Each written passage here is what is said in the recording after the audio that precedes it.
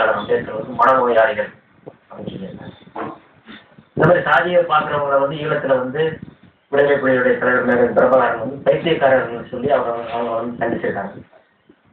அவர்கள் மனிதர்களே இல்லை இந்த மாதிரி சாதி பார்க்குறவங்க அப்படின்னு இந்த நூற்றாண்டில் என்னுடைய கட்சி தலைவர் எழுச்சி தமிழர் திருமாவளவன் அவர்கள் 4 நூற்றாண்டுக்கு மேலாக இதே கருத்தியலோடு சாதிய பாகுபாட்டு உள்ளவர்களை வேற இருக்க வேண்டும் என்ற ஒரே நோக்கத்தோடு, சாதியை ஒழிக்க வேண்டும் என்ற ஒரே நோக்கத்தோடு 4 நூற்றாண்டு மேலாக போராடி வருகிறோம்.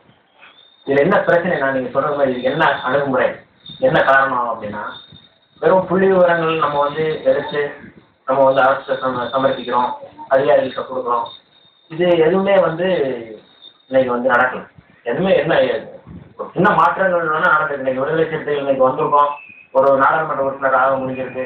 தனியாக இன்னைக்கு தமிழ்நாட்டில் தனித்து ஒரு கட்சி நாடாளுமன்றத்துக்குள்ள தலித் கட்சி அப்படிங்கிற ஒரு முத்திரையோட இன்னைக்கு தமிழ்நாட்டில் வந்துடும். நீங்கள் இந்த கடந்த காலங்களில் நீங்கள் பார்த்தா யாரும் அந்த முத்திரையோட போகல. யாரும் கூட்டணியில் வர தலித் போகலாம் முடியும், தலித் கட்சி தான் அப்படிங்கிற ஒரு முத்திரையோட இதுவரை யாரும் போகல. அப்போ தலித் பார்ட்டி இன்னைக்கு தமிழ்நாட்டில் ஒரு சாதி ஒழிப்பே தமிழ் தேசிய விடுதலை, சாதி ஒழிப்பே மக்கள் விடுதலை அப்படிங்கிற முழக்கத்தோடு நாங்கள் இன்னைக்கு வந்திருக்கோம். ஏன் திரும்ப திரும்ப இதை சொல்கிறேன்னா, நீங்கள் என்ன விடுதலை சிறுத்தைகளை பற்றி சொல்கிறீங்க அப்படிங்கிற மாதிரி நீங்கள் நினைக்கலாம். ஏன்னா இது ஒரு சமூக மாற்றத்திற்கான முழக்கம், சாதி ஒழிப்புங்கிறது. அந்த முழக்கத்தை இன்னைக்கு எந்த பார்ட்டியும் அவனுடைய கொள்கையை அன்னைக்கு வச்சுக்கணும். அது ஒரு குற்றச்சாட்டை நான் சொல்கிறேன். மார்க்சியவாதிகளே இல்லை, கம்யூனிஸ்ட் கட்சிகள் இன்னைக்கு நாங்கள் சாணிப்பால் சோப்படி சொல்கிறாங்க. எங்களை விடுதலை சிறுத்தைகள் வெண்மணியில் நாங்கள் எங்களுடைய தலைவர் அஞ்சல் செலுத்தும் போது எங்களை தடுத்து நிறுத்தினாங்க, நீங்கள் போகக்கூடாதுன்னு சொன்னாங்க. அவங்க பார்த்தது தீண்டாமல் அவங்க பார்த்தது சாதினாங்க. நாங்கள் போனதுக்கப்புறம் நீங்கள் போய் போகணும்னு சொன்னாங்க. அப்போ ஒட்டுமொத்த கட்சிகளும் அவங்களுடைய அரசியல், அவங்களுடைய அந்த கட்டமைப்புல, அதாவது அவங்களுடைய தீர்மானங்கள்ல, அவங்களுடைய கொள்கைகள்ல இதை ஒரு பாலிசியை எடுத்து அவங்க அதை முன்னெடுக்கணும். அது யாரும் செய்யறதில்லை. பேருக்கு வேணா நீங்க தலித் தொகுதியா, தலித் தொகுதி இருக்காங்க, யாரா எந்த கட்சியாவது பொது வச்சிருக்கா, அது ஒரு சாதிய பாகுபாடு தான் சொல்றேன். அப்ப இதுல மாற்றங்கள் வரணும்னா படித்தவர்கள் படிக்காதவர்கள்ங்கிறத விட படித்தவர்கள் மத்தியில் அதிகமான சாதி இருக்குல்ல. படிக்காதவர்கள் பத்தி பிரச்சனை இல்லை, படித்தவர்கள் தானே சாதியை கொண்டு வராங்க. நான் இந்த சாதி, நான் இன்னும் ஆண்ட பரம்பரை சொல்லி அவங்க தான் சொல்றாங்க. காசியானவன் இதுக்கு முன்னாடி பெருந்தவஞ்சர் அவரே கேட்டுட்டாரு, காட்டு மரங்களிலே கல்லர் மரம், மையர் மரம், தொட்டி மரம் உண்டாடா சோழா, நாட்டு மனிதர்களே வேற்றுமை காட்டுகிறாய், நட்ட மரம் உன்னை விட மேலா. இது கலிப்பொங்கல் சொன்ன காலத்துல இருந்து இன்னைக்கு வர எல்லா கொஞ்சம் சொல்லிட்டு இருக்காங்க. எவன் கேட்டான், அவன் சாதி பேசிட்டு இருக்கான், அவன் பெருமையை பேசிட்டு இருக்கான். சரி, இப்போ இது ஒரு பக்கம் இருக்காரு. மரங்கள்லேயும் நிறைய மாறுபாடுகள் இருக்கிற மாதிரி இப்போ உதவபுரத்தில் பார்த்தீங்கன்னா மதுச்சோறுகள் எழுப்பி அவங்களுடைய அடையாளத்தை காட்டினாங்க. இந்த மாதிரி எந்த மாதிரி செயல்முறைகள் இருக்கு தீண்டாமையில? இரட்டை கூடை முறை இருக்கு. நம்ம ஏற்கனவே சொல்றோம், தேனியில ஒரு பகுதியில தலித்துகள் உட்காருவதற்கு ஒரு திட்டம், சாதியர்களுக்கு அமர்வதற்கு ஒரு திட்டம் தருகிறாங்க. இந்த தலித்துகள் உட்கார்றதுக்கு ஒரு 1.5 அடி அளவுக்கு இருக்கு இடது பக்கம். வலது பக்கத்துல அது ஒரு 3 அடி தொலைவில் ஒரு பெரிய சிமெண்ட் போட்டு. இது ஒன்று. இரண்டாவது, நாகப்பட்டினத்துல அண்மையில நடந்த ஒரு பிரச்சனை. மாடுகளுக்கு ஓட்ட பந்தயம். மாடுகளுக்கு ஓட்ட பந்தயம்னா மாட்டெல்லாம் புதுப்பாக்கி பட்டாசு கொளுத்தி போடுறது.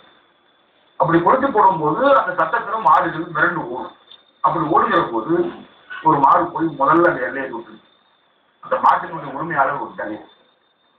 எப்படி ஒரு தலித்துடைய மாடு எல்லையை தொடலான்னு சொல்லி 8 பேரை வச்சாங்க. இது மாதிரி ஒரு வடிவம் சொல்ல முடியாது. இந்த தீண்டாமையுடைய இந்த வடிவங்கள் இருக்கு பாருங்க, நவீனமயமாக்கப்பட்டது. அங்க ஒன்று இங்கு ஒன்று. நான் இது ஒரே ஒரு கேள்வி கேட்கிறேன் சார். ஆஸ்திரேலியாவில் ஒரு 12 மாணவர்கள் இதுவரை அடி வாங்கியிருக்காங்க. அது மட்டும் நீங்கள் இனப்பாகுபாடு என்று நீங்கள் பறைசாற்றிக் கொண்டிருக்கிறீர்களே, எல்லா ஊடகங்களும், ஆங்கில ஊடகங்கள், தமிழ் ஊடகங்கள் எல்லாம் முதன்மை செய்திகளாக இந்திய மாணவர்கள் மீது இனப்பாகுபாடு தாக்குதல் என்று. ஆனால் இங்கே இருக்கக்கூடிய இந்தியர்களால் இந்த தலித்துகள் மீது நடத்தப்படுகிற படுகொலைகள் கடந்த நாங்கள் ஆய்வு பண்ணதுல பாத்தீங்கன்னாக்க இந்த கடந்த 6 மாதத்துல மட்டும் 40 தலித் படுகொலைகள் நாங்கள் ஆய்வு பண்ணிருக்கோம். 1 இல்லை 2 அல்ல, எல்லாம் சாதியின் பெயர். முன்ன ரெட்டை கோழை அலுமினிய டம்ளர் இருந்ததுன்னா இப்ப பாத்தீங்கன்னா போர்ட்டபிள் கப்ஸ், நாகரிகமான பொருட்களை வைக்கிறது. அப்புறம் இவங்களே ஏற்றுக்கொள்கிறார்களா? இந்த மக்கள் இது நமக்கு பழக்கப்பட்டுச்சுன்னு சொல்றாங்களா? இல்லை அவங்களுக்கு ஒரு விழிப்புணர்வு வரலையா? இல்லை இது வந்து ஏற்றுக்கொள்கிறார்களா அப்படிங்கிற கேள்வியை வந்து அவர்களை அவமானப்படுத்துகிற கேள்வியை நான் கருதுறேன். ஏன்னா இல்லை இல்லை அதாவது இல்லை ஒரு பயத்தின் காரணம் பயம் இல்லை. இவ்வளவு காலமும் வந்து இப்படியெல்லாம் இருக்குது அப்படிங்கிறது நமக்கு தெரியும். ஒரு மீடியாவில் வந்து காட்டுறாங்க, அதை பேசுகிறாங்க, அந்த மக்கள் வந்து திணிக்கப்பட்டதாரு. அவங்க விரும்பி ஏற்றுக்கொள்ளப்பட்டது இல்லை, அவங்க மீது திணிக்கப்பட்டது. இப்படி தான் இருக்கணும், அப்படி தான் இருக்கணும் அப்படிங்கிறது விரும்பி. நீங்கள் வந்து ஊருக்கு வெளியில் சேரி இருக்குது அப்படின்னா அது வந்து அவங்க விரும்பி போகல, திணிக்கப்பட்ட காட்டில் போய் இது அப்படின்னு சொல்லி அவங்க குடியமர்த்துறாங்க. அவங்க மேலே திணிக்கப்பட்ட ஒரு வன்கொடுமை அது. இன்னைக்கு வந்து தண்ணி இல்லை அப்படின்னா தண்ணி வந்து ஊர் தெருவில் நடுவில் இருக்கும் ஒரு பொது கிணறு. அந்த பொது கிணறு இன்றைக்கும் தலித்தில் போய் தண்ணி எடுக்க முடியாது. அவங்களுக்கும் ஒரு கிணறு. அந்த கிணத்துல வந்து சாதாரணமாக வந்து ஒரு சாக்கடை கலந்துருக்கும் அந்த தண்ணி. அதில் வந்து அவன் மாடை மாட்டுவான், எல்லாம் செய்வான். ஆனால் பொது கிணத்துலேயே அவங்க போய் தண்ணி எடுக்க முடியாது.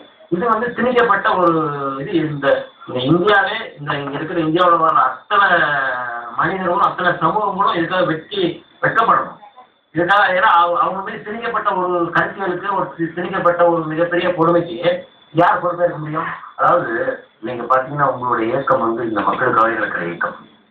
ஆனால் பெரும் அரசியல் கட்சிகள், இந்த சூப்பர் பிக் பார்ட்டிஸ் இருக்கு, வெள்ளையன் வந்து இந்த பிரித்தாளும் சூழ்ச்சியை பண்ண மாதிரி இந்த பெரும் கட்சிகள் வந்து இவர்களை பிரித்து கொண்டே இருந்தால் தான் நமக்கு ஆதாயம் நினைக்கிறாங்க. அப்போ அந்த கட்சிகளை எடுத்து நீங்கள் மேலே ஒரு குரல் கொடுக்க வேண்டாம். இந்த ஆதிக்க மனோபாவம் கட்சிகளே இருக்குல்ல. அதான் நாங்கள் அதை தான் பேசுகிறோம். நாங்கள் அன்றைக்கி தொடர்ச்சியான எங்களுடைய முழக்கங்கள் எல்லாமே வந்து இன்னும் மிகவும் தீவிரமாக நாங்கள் வந்து முன்னெடுத்து போயிட்டோம். அதாவது நாம் முன்னேறி கொண்டே இருக்கும்போது உண்மையான முன்னேற்றம் என்பது மனிதனுக்குள் பாகுபாடு இல்லை என்கிற நிலை வர வேண்டும். அதற்காக இந்த சுதந்திர தினத்தன்று ஒரு சிறு குரலை எழுப்புவோம் என்று நினைத்தோம். உங்கள் நேரத்தை எங்களோடு பகிர்ந்து கொண்டதற்காக உங்கள் இருவருக்கும் எங்களுடைய மனமான நன்றியை தெரிவித்துக் கொள்கிறோம். வணக்கம். வணக்கம்.